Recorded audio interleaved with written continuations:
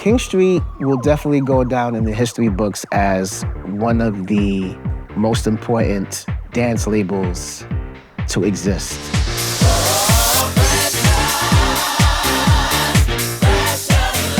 We were trying to save lives. We wasn't thinking about success. King Street's output became the thing that people knew New York for. Everything that they were releasing really spoke to what was happening in the club scene, especially on the underground. I started King Street from my living room.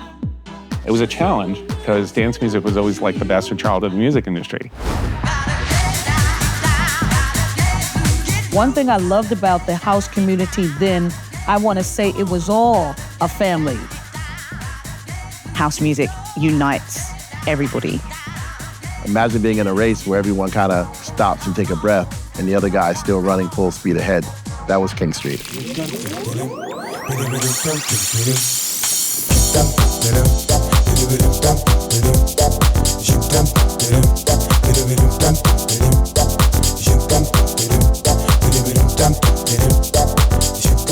The mid to late 80s into the 90s, I felt New York was an artist melting pot. New York City was one of those places where a lot of shit was going on, but at the same time it was like gloomy. Especially for the gloomy part, people needed to go out to places. And New York City was, at the time, it was the pinnacle of the place where you can go and release and have so many options musically to do so. You had the musical cultures of rap and electronic dance music and punk. Then you had places like Larry Levan and the Paradise Garage going on at the same time. New York actually provided all those flavors. It was an incredible place to party, to do all the kind of things you wanted to do. That is one of the most amazing eras in New York City to me. Just the culture and the time of that was just artist-driven. And New York City itself was gritty. It was gritty, it was real. It led to giving us one of the greatest times, the most interesting times at Clubland. I just think that was one of the best times New York City changed the world during that time. I figure hip-hop came out of that time.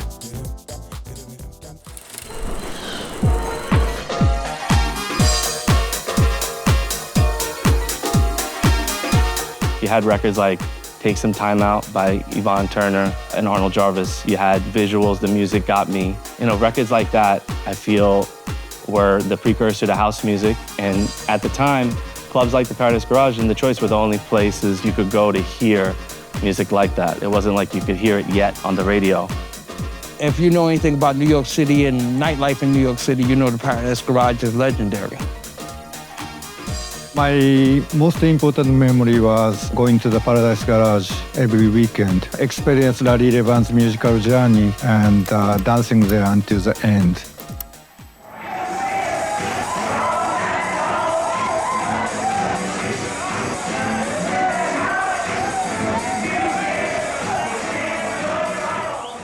It was an unforgettable moment for me. That's Larry Levan. That's Richard Long. Larry was the DJ, Richard Long built the sound system.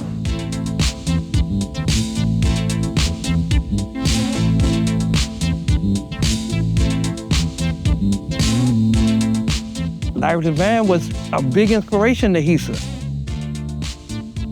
Hisa and Larry were quite fond of each other. Hisa spent a lot of time in the Paradise Garage, probably why he named the label King Street. Because the Paradise Garage famously was at 84 King Street.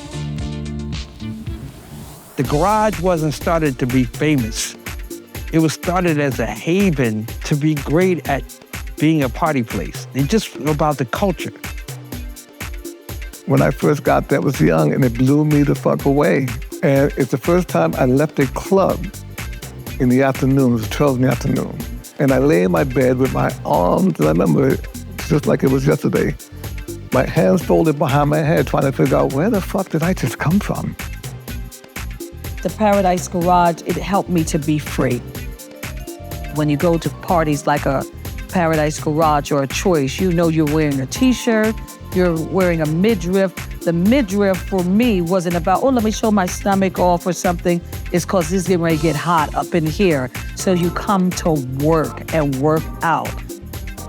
And you can see a guy and a girl dancing and he's gonna lift her and spin her, and we're physical when we dance, we're loud when we dance, we're expressive when we dance. That was the thing about house clubs. And I don't wanna forget the Shelter, because many days I was soaking wet at the Shelter. Not just a DJ who blew me away, but the concept of the club. It was dancing. Dancing was the centerpiece, where you went to dance to lose yourself every weekend. It was your church. Those spaces gave so many people a home. They gave them a sense of community, a sense of belonging. They were safe spaces where people found their tribe, where they found love. Whatever hang-up or issue they had, you left it all on the dance floor. I can't emphasize enough how important that is. It saved a lot of people's lives.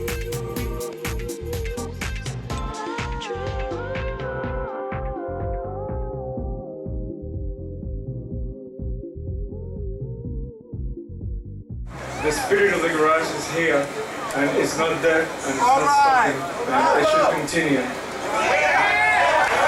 Yes, we should celebrate.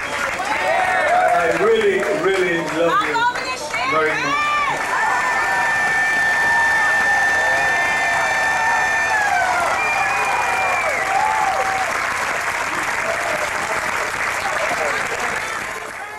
The reason why I started the label was I want to release high quality vocal records, what I inspired from Paradise Garage.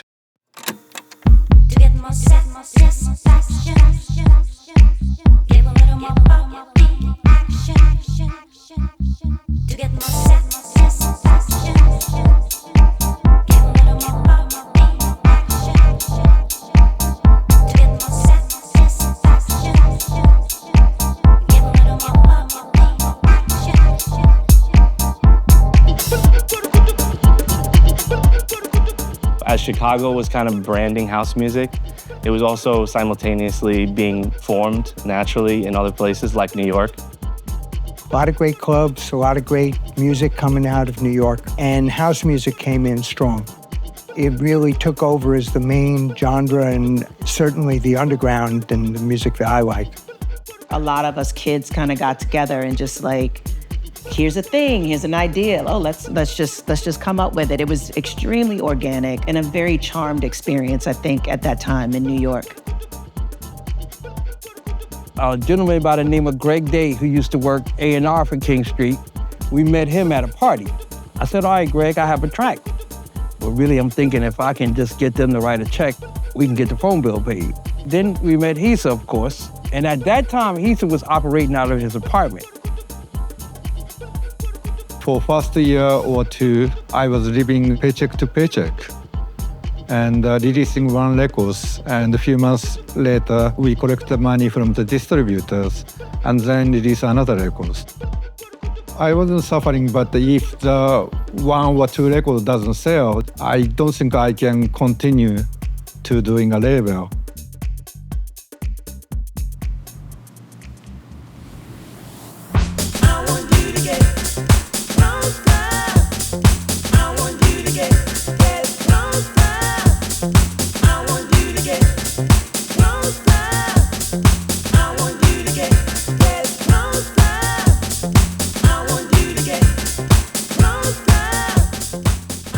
As a result of that meeting of that first day, Hisa and I grew to be like brothers.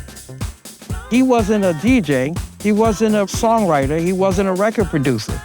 He got into the business for the love of the music, and he wanted to do the business of the music.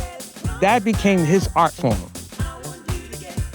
King Street was, I have to say, was one of the first strong independent labels that represented New York City when it comes to underground music. They were part of the foundation of what was being played and listened to here in New York in the early 90s. All the music that they wound up putting out subsequently, just one after the other, just cemented themselves as like legitimate contenders in the scene.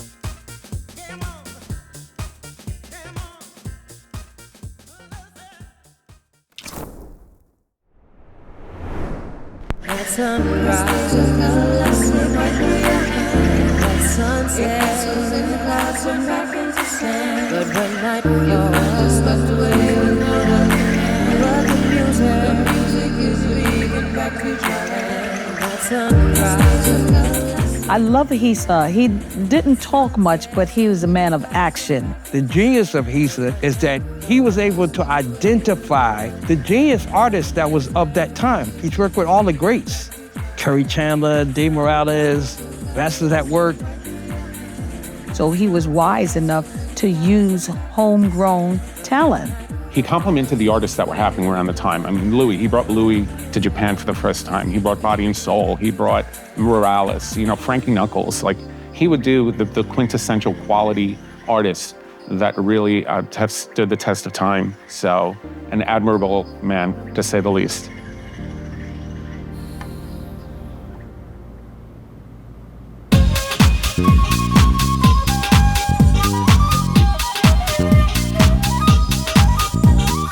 Hisa was really interested in building a bridge between New York and Tokyo.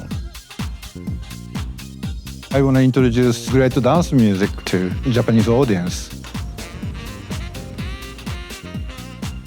Hisa kept asking me to come to Japan because he said my records were very popular out there. To have a huge fan base in a country that you would think no one has even heard of you, and then you step in the door and it's like, that's pretty mind-blowing.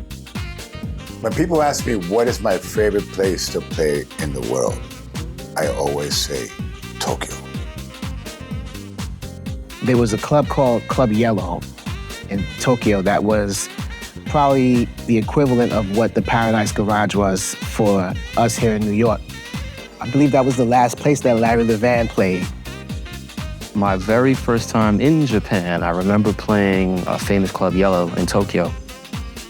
What really struck me was the amount of knowledge that audience had already for the music. Some of these songs that I would be playing at the time weren't even out, available on vinyl yet. They knew the songs, they knew the lyrics, and they were reacting to it, and they were screaming to these songs, and that just blew me away.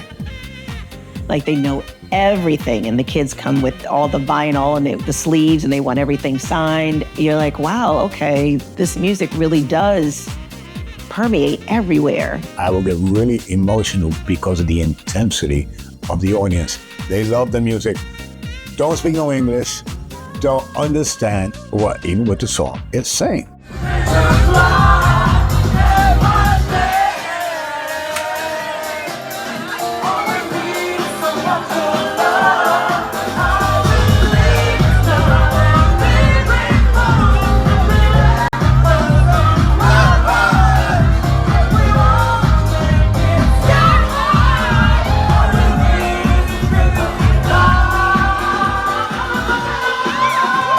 They wanted it all. They were so present and giving of themselves. And I've never forgotten that. And it's just been like that every time I've gone.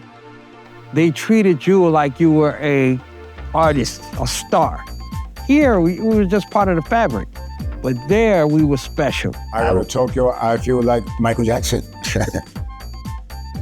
Over here, sometimes they don't really let you know. You may get a couple screams here and there. People are moving, but over there it's just special. All of these things you've done with your family and you're just your core group, like hanging out and just being creative and cool or whatever, has impacted a whole different culture in a real way. And later on, I discovered Remix magazine from that time in Japan. If you look back at it, all of our favorite DJs are there, and Hisa's got a column, and he was doing these scene reports and disc guides and charts. It's clear that he cared a lot about that cultural exchange. You brought some of the best in class DJs from New York to this remote place far away. What King Street does or did as a label was really pivotal to continue to infiltrate our club culture around the world, and especially in the Asian community.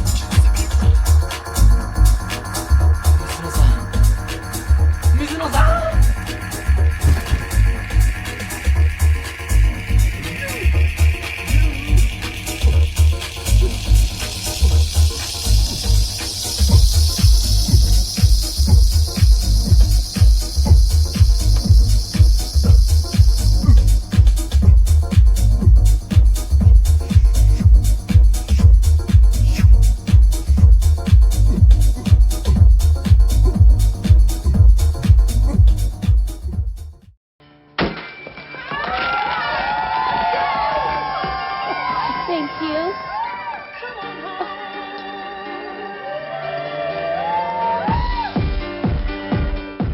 The origination of Party Girl really was the brainchild of Daisy and Harry, and they were the brains behind Party Girl, the movie.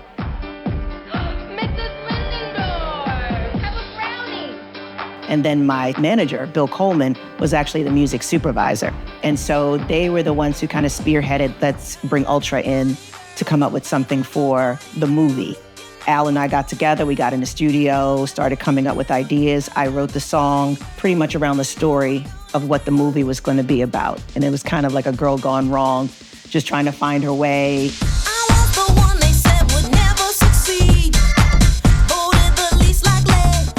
And then after that point, we had this really great song for this movie. And it's like, okay, what do we do with it next? We had the relationship with King Street, and we knew Hisa. And so we pitched it to him to consider this song for release. And he heard it, he got it, and then the rest was history.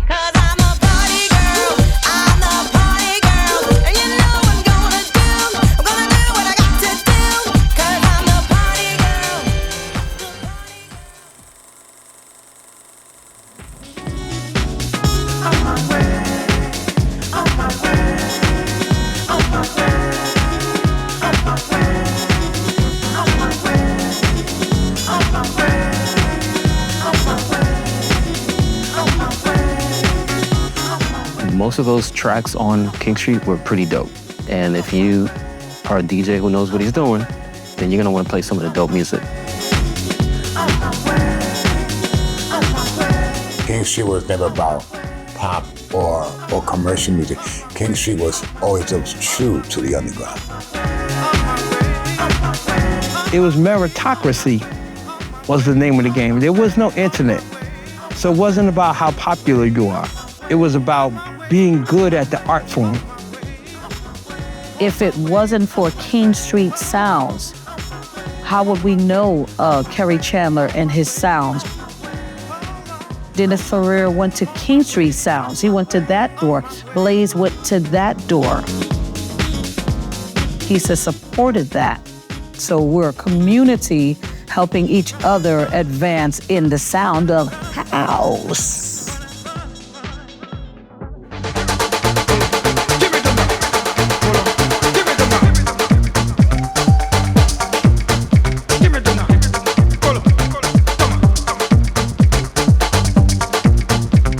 In terms of the evolution of King Street, obviously the 90s output is unmatched, but I'd be remiss not to talk about like the mid-2000s moments like Dennis Ferrer's album, which was absolutely stacked with underground hits like How Do I Let Go, P to the J, Touch the Sky with Mia Tutsbala, Church Lady. Sing her that song.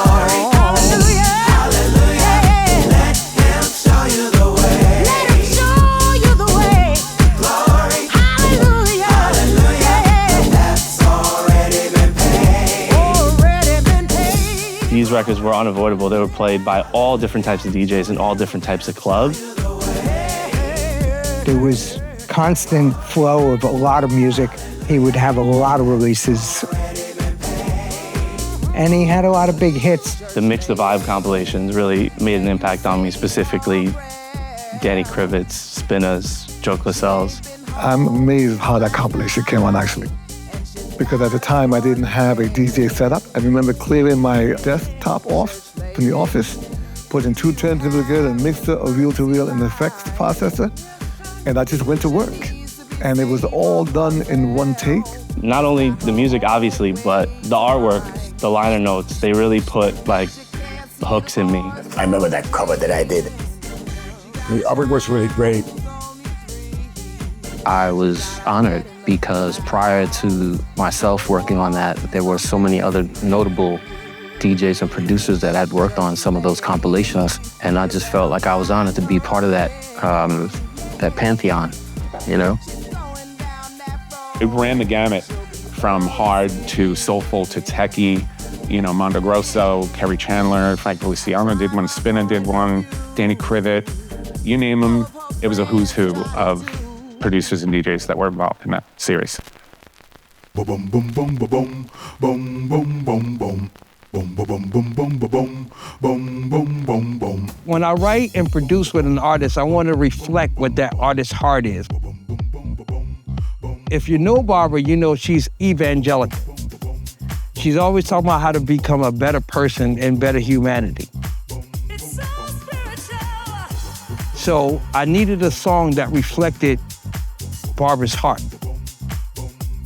We was on tour in Japan with Hisa. We was in a minivan, and I thought of this, what is Barbara all about?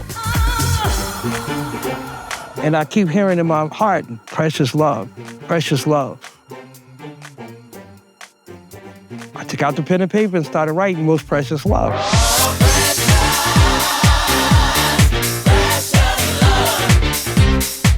And when I heard it, I said, I could have wrote this, meaning it felt like it came from my soul. And many people don't even know that it was a down tempo at first. But then when Dennis Ferrer, oh my goodness. Dennis Ferrer was a hero of that song. I never thought about these songs would become such a big hit until I heard Dennis Ferrer remix. It was like, wow. And it went to super hit for us. See that? Most Precious Love, #1 dance record in Billboard. That's interesting to me. The fact that we made the same chart as Mariah Carey. Here's another one. Mother and Father, Madonna. Same chart. June 4th, 2005, we in what? 2024, that was what? How many, 19, 20 years ago?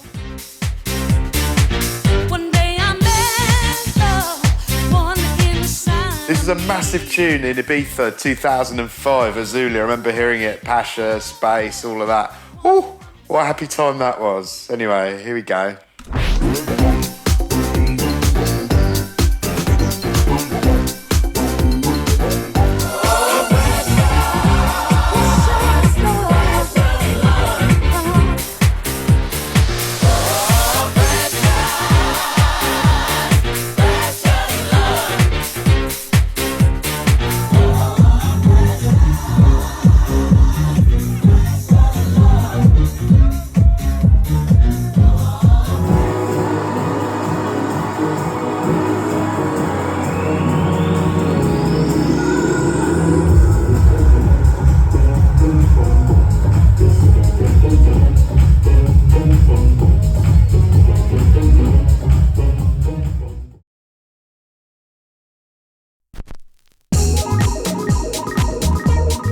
Finding out about King Street kind of came a bit late for me, if I'm honest. I didn't know just how many of the songs I love and like created really formative memories for me came through this label first. It really blew my mind.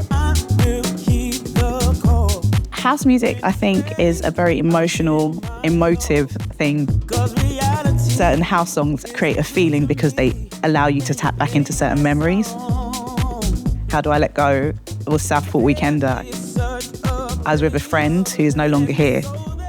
I will never forget that, hearing it there in the powerhouse with her.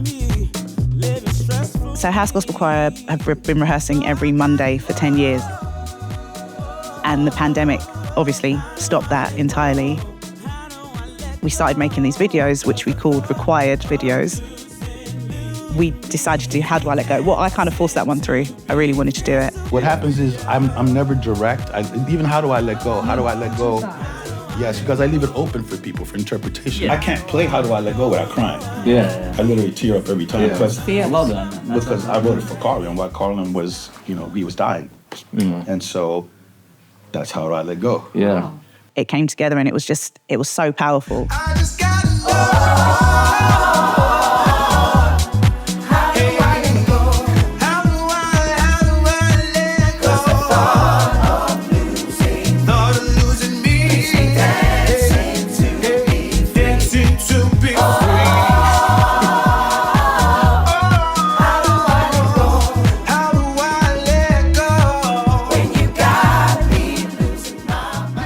A lot of the choir were living alone during the pandemic, and I was too.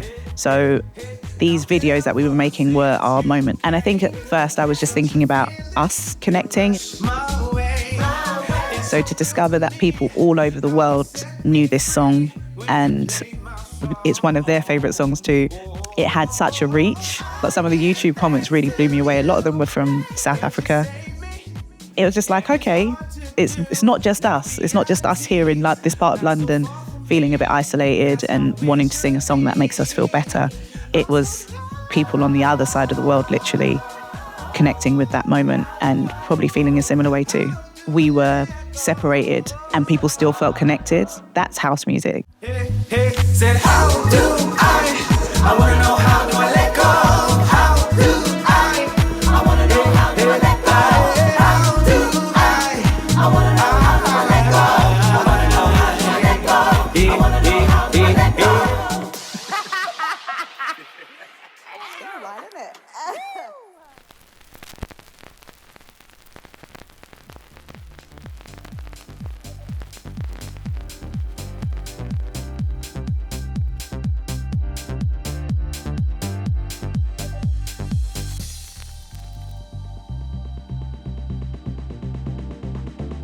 Hi, I'm Michael Piron, CEO of Armada Music.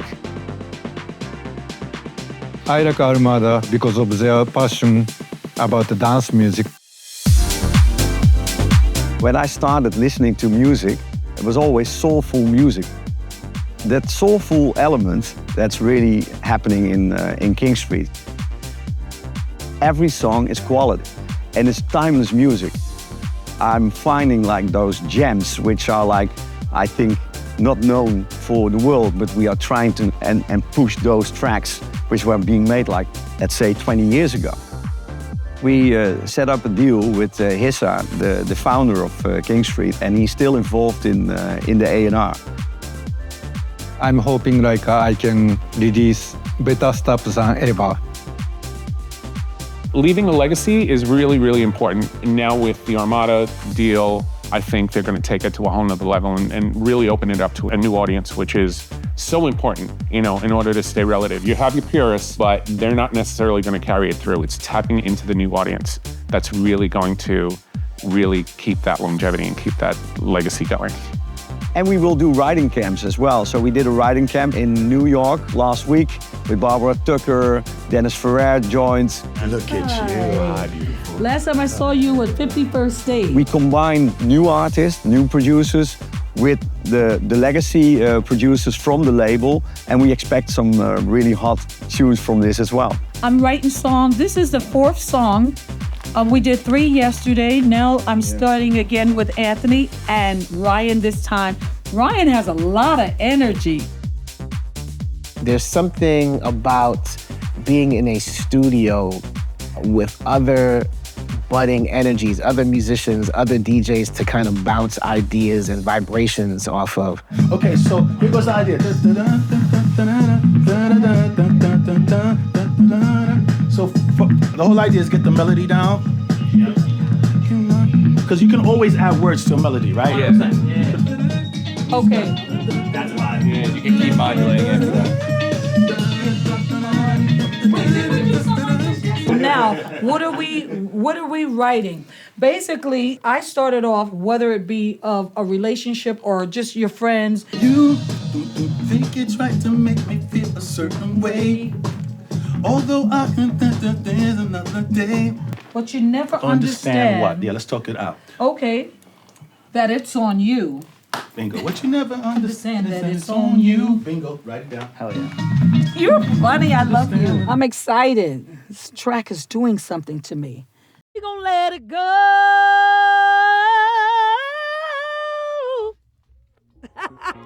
When those kinds of experiences happen, the music is a reflection of that. And we've had great records that have come out and impacted people because of these kind of gatherings. You know, the exchange of energy, it always translates in the music. When you're all making music together and you reach this climactic apex in the session where everybody's vibing and rocking off of each other, and at the end of the session, we're like clapping, like, wow, we did it. Nothing beats that. Ready? Yep. This ain't no radio music. These ain't your mama's drums or your daddy's bass.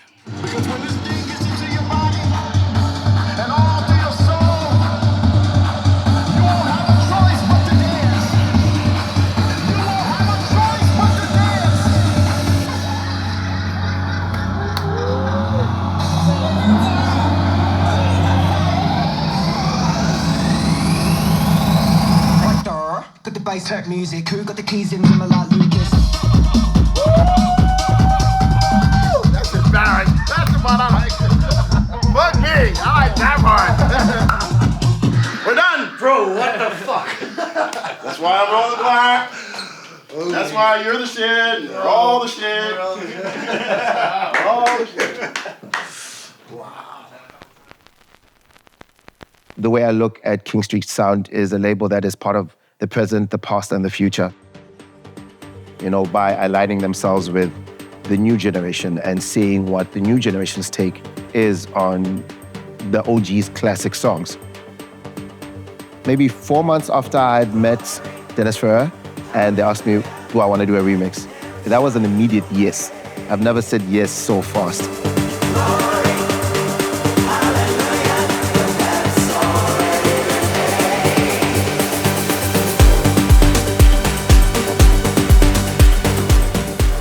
If you had asked me 20 years, would I see myself remixing or working with the artists that I'm listening to that we're releasing on the label, I would have said no. So it's an honor for me to be a part of the family of King Street Sound, and I enjoyed every moment of it.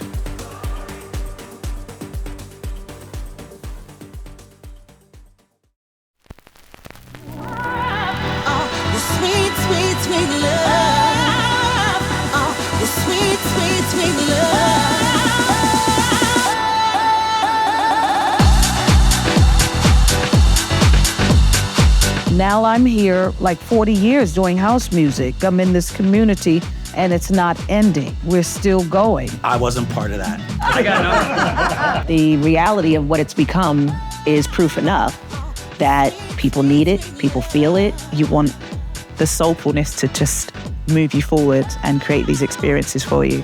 So there's always going to be space for them. There's always going to be, you know, a requirement for soulful house and house music in general. The overarching story is how house music does have that reach just beyond club culture. The longevity and long-lasting success is really due to just having great taste. And I think one of the greatest things about the King Street catalog is just the taste level is insane. Because they just put out so many different styles of music, from super deep house records to the most soulful record that you can get. The kinds of records that have come out that have changed the world. The fact that they've been around and stayed in the game for so long, somebody wasn't born when they started, and now they're adults listening to the music that King Street put out. The most important thing he should ever say to me was that night when it was his birthday. He said, "I love you guys." That meant the world to me. Like, it wasn't about business no more. It was about, this is my brother Hisa. Anyone who's thinking about getting into this, they should always be true to it. They should know that they're getting into this for the right reasons, and it's meant to be for music and creativity. We didn't start this to be famous at it. I didn't think about being famous. started it because I loved it. This is all I've ever wanted to do with my life. Who could predict that I would actually live my dream? I see an explosion because of what's going on right now. They're taking, merging this sound with that sound, but not losing the quality of the sound. Just stay true to your form. If you like Bangin' House, put out the Bangin' House track that you can. You need to understand where the sound was, where the sound is, and where the sound can be. So you have a better understanding of who you are and your place in this. And with dance music, house music, there's a history, you know? So study it and be inspired and be creative and keep it moving.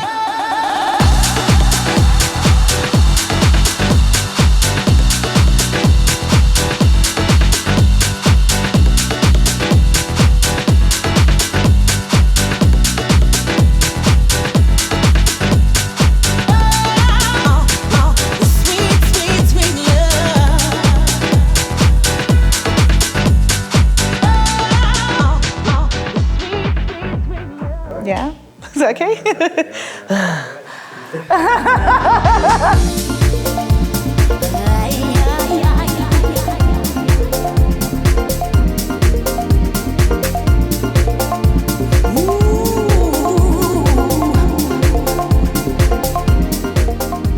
If I was to sum up King Street in 4 words, I definitely, 3. Look at me trying to steal 4. Brooklyn, what you gonna do? If you had to describe King Street in 3 words, what would those 3 words be? Work this thing. Beats. No. This is the way we rock. This is the way we roll. This time I'm going to jump. Ready to lose control. Trying to make house music cool. This is the way we rock. No. Listen, man, you made me feel like I was. I felt like I was at immigration. I felt like this was an immigration meeting. Like, how long are you here for? Who did?